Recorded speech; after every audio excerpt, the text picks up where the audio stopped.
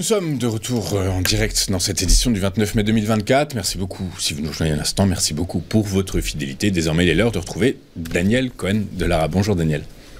Bonjour Antoine, le problème c'est que je ne vois pas, je n'ai pas de retour. Bah écoutez, nous on vous voit et on vous entend bien, du coup si ça vous dérange pas, on peut peut-être essayer de faire comme ça vous embête pas Daniel? Pas du tout. Ok, alors faisons comme ça, et puis si jamais c'est délicat, on vous rappellera. Daniel, vous êtes associé chez Next Momentum, avec nous très régulièrement sur TB Finance. Je rappelle que vous avez publié un livre dernièrement, que vous viendrez chez nous pour répondre à quelques questions autour de cet écrit, de cet ouvrage. En cette attente, Daniel, on va partir d'abord, donc on va rester sur vos market movers, et vous allez nous parler dans un premier temps de McFly Energy. McFly qui semble profiter à court terme ces derniers temps du redressement spectaculaire du marché de l'énergie. Oui, et puis il y a eu également des évolutions ou des spéculations sur l'environnement capitalistique de l'entreprise grenobloise. Alors, McFly, c'est comme beaucoup de sociétés dans le domaine des énergies nouvelles, c'est un domaine d'exploration qui est très important, mais qui n'est pas toujours bon pour les actionnaires. Et c'est le cas de McFly, qui, on voit là la dernière phase d'une grande descente, d'une grande baisse, qui nous a conduit enfin dans la zone des 1,50 € à la fin du mois de mars, sur un support que l'on a touché à 4 reprises, et sur lequel on a rebondi début avril, avant de revenir tester un support précédent à 1,80 €. Et là, on est parti pour une évolution certainement un peu plus significative. Alors, on est venu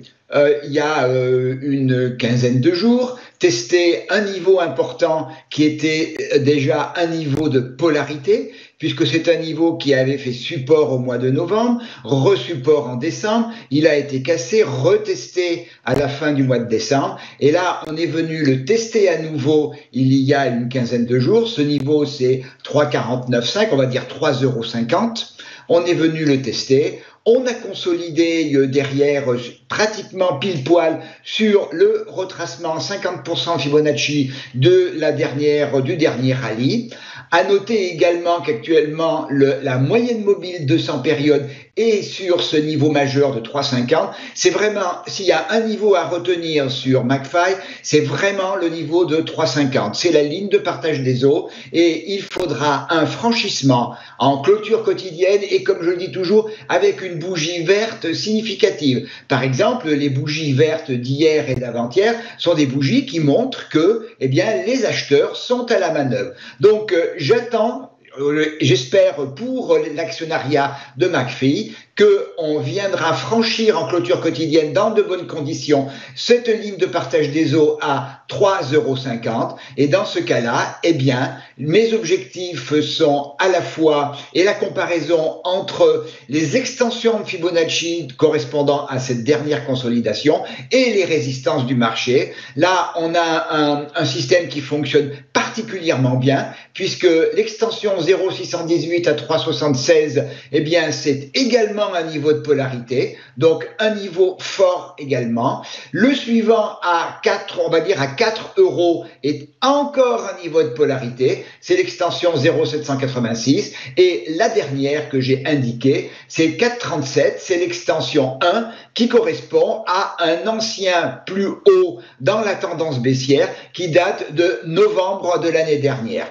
A contrario aussi, on n'arrivait pas jusqu'à 3,50 €, et surtout si on venait recasser le niveau de 2,70, là le schéma haussier que j'ai indiqué serait totalement remis en cause, serait invalidé en dessous de 2,70 €, et le risque derrière c'est de revenir vers les supports à 2,28 et l'origine du mouvement dans la zone des 1,80 €. Mais pour l'instant, le schéma semble quand même bien se dérouler. Je pense que on devrait retester la zone des 3,50 € à mon avis, et c'est là véritablement que la décision va se faire? Est-ce que le camp acheteur a de la conviction?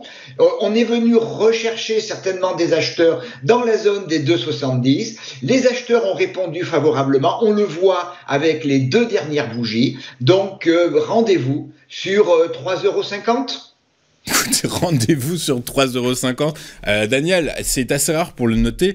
Vous savez que souvent, moi j'aime bien rapporter les objectifs des analystes financiers dits fondamentaux aux objectifs des analystes techniques. Et là, eh bien avec vos 3,50, vous êtes au-dessus de l'objectif des analystes financiers qui, eux, visent 3,13. Du coup, par la force des choses, ça n'arrive pas souvent, mais donc finalement, voilà, vous êtes encore un peu plus confiant que ce que ne sont les analystes financiers dits fondamentalistes, je dirais. Oui, ça dépend de quand date votre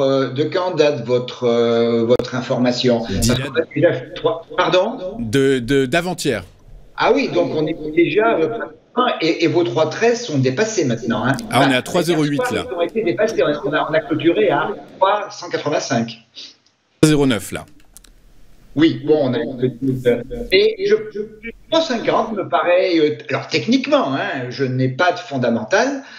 Techniquement, les 3,50, c'est vraiment, vraiment le niveau.